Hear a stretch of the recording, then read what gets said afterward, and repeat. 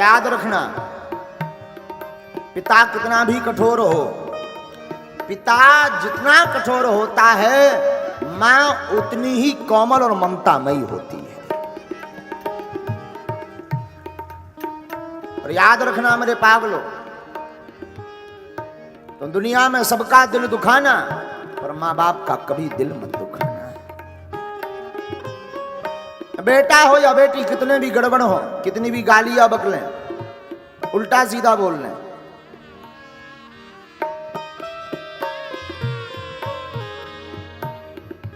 मां को भी बकलें, माता कुछ देर के लिए जरूर मुंह नहीं बोलेगी, रात में अंत में भोजन लेकर के आ ही जाएगी, ले बेटा खा।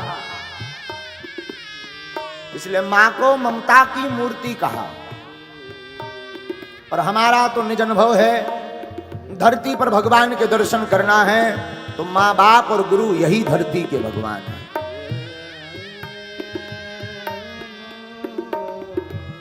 मां से बड़ा ममतावान कोई नहीं होता। कितने ही किलोमीटर दूरी पर बेटा या बेटी रहती हो, पर मां के हमेशा दिल के करीब रहते हैं। बेटा कितना भी निकम्मा हो, चोर हो, खुरापाती हो, भाई मन काट देगा, पिता त्याग देगा, पर मां मरते दम तक अपने बेटे को अपने से अलग नहीं करना चाहिए।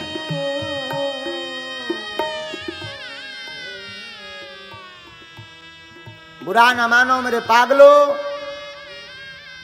ये बात नोट कर लेना। जीवन में माता और पिता, माता पिता में जो मां है ना, मां कोई स्त्री नहीं है, मां कोई संबंध नहीं है, मां एक ममता की मूर्ति है।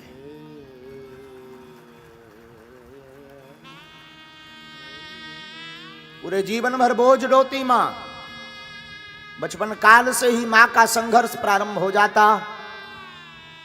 अपने बेटा और बेटी को सूखे में सुलाती, खुद गीले में सोती। बेटा और बेटी को भोजन कराती, खुद भूखी रहती। बेटा और बेटी कहीं पर भी चले जाएं, सबसे ज्यादा मन्नत अगर कोई मांगती है, सबसे ज्यादा अर्जी अगर कोई लगाती है, ईश्वर से अपने पुत्र या पुत्री की मंगल की कामना अगर सबसे ज्यादा कोई जीवन में करता है तो वो मां करती है। मां बाप से बड़ा इस दुनिया में कुछ भी नहीं है।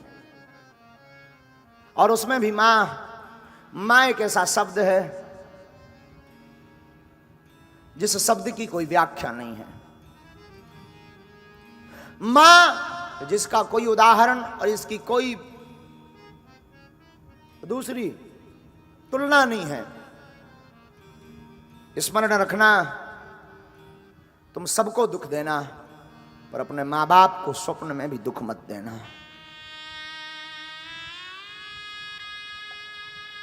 मां, सती की मां से आप चरित्र से ध्यान रखना।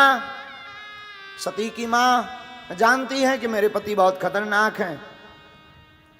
सती की मां को पता है, इन्होंने आज्ञा दी कि शिव संबंधी कोई भी आए उनसे कोई नाता नहीं रखना है। पर सती की मां ने अपने प्राणों की बाजू लगा दी कि मैं भले ही मैं मर जाऊं, मेरी गर्दन काट दें, पर मेरी बेटी से कोई नहीं बोल रहा, मैं तो गले मिलकर के ही रहूंगी।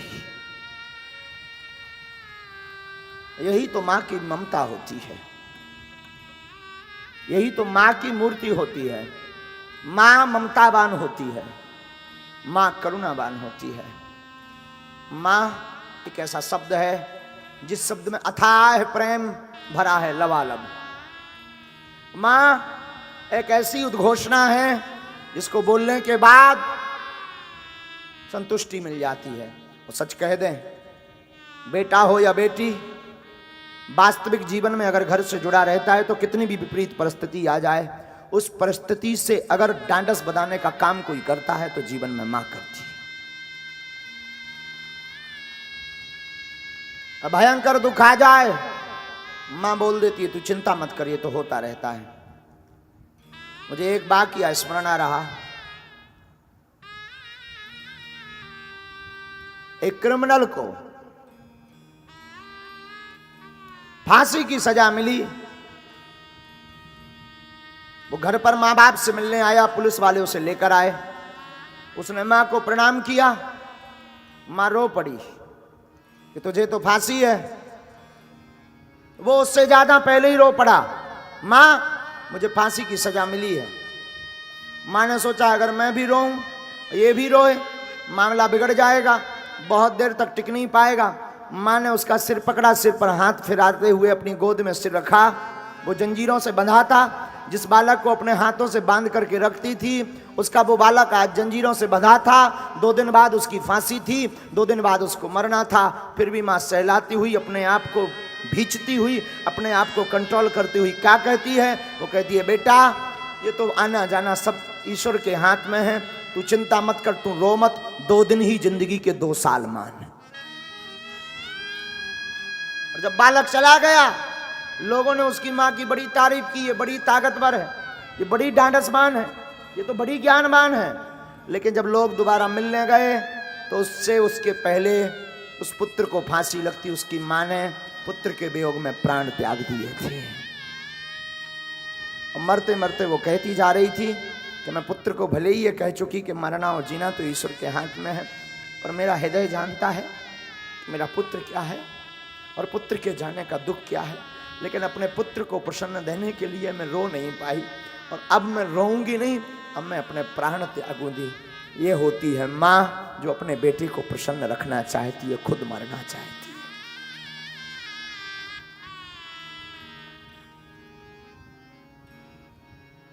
माँ एक ऐसी मूर्ति है, वो अपने रक्षाबंधन को भूल जाती, वो अपने घर को भूल जाती, भाई की सुनी कलाई रक्षाबंधन पर पड़ी रहती, पर माँ अपने पुत्र के प्रसन्नता के लिए रक्षाबंधन के त्योहार पर जाना बंद कर देती, ताकि मेरे पति और मेरे पुत्र प्रसन्न रहें।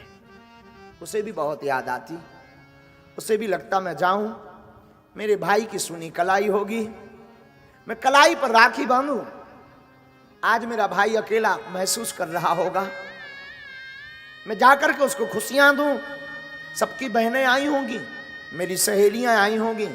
पर माँ तो माँ होती है, एक तरफ सोचती है कि मैं जाऊंगी तो घर पर मेरे बच्चे भूखे रह जाएंगे, मैं अपनी खुशियों को मार देती हूँ, मैं अपने भाई की कलाई सूनी रख लेती हूँ, पर मेरा बेटा मेरा बेटी भूखा ना रहे। ये है माँ, ये होती है साधु वो माँ। माँ के लिए तो कोई व्याख्या नहीं है। माँ शब्द अपने आप में एक बहुत बड़ा है। एक वीडियो हमने बहुत पहले किसी सज्जन ने हमें दिखाया था, उस वीडियो का चित्रण आज भी हमारे चित्त को झंझोर देता है। हम तुम्हें वीडियो तो नहीं दिखा पाएंगे, पर उसका चित्रण बताते हैं। रोड के एक्सीडेंट में एक बंदर का बच्चा एक्सीडेंट में मर जाता है बीच रोड पर। खबर नहीं रही होगी उसकी माँ, उस बंदर की माँ उस रोड पर पिछले हुए बच्चे को हाथ में लेकर के 9 दिन तक उसी रोड में उसी जगह बैठी रहती है, 9 दिन तक। तो इंसानों में ही केवल माँ में ममता नहीं होती, पशु पक्षियों की माँ को भी ममता होती है। यहाँ तक कि चिड़िया भी अपने बच्चों के चुगने के लिए स्वयं तूफान से लड़ती, धूप से लड़ती, बड़े बड़े चट्टानों से लड़ती, हवाओं से लड़ती, पर दाना ला करके अपने बच्चों का पेट भरती।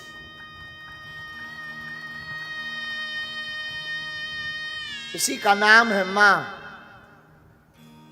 इसी का नाम है माँ।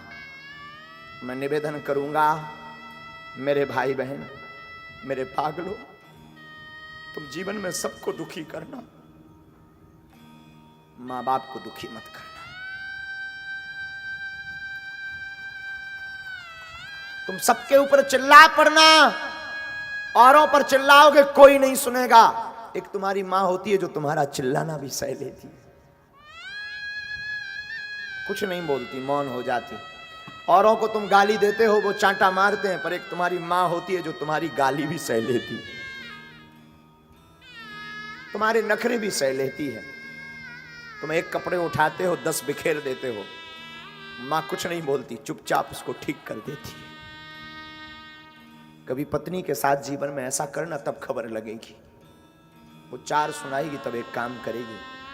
माँ के साथ जीवन में देखना, माँ इतनी ममतावान होती है, तुम 10 बार कुछ भी गंदगी कर लो, 10 बार साफ कर देती।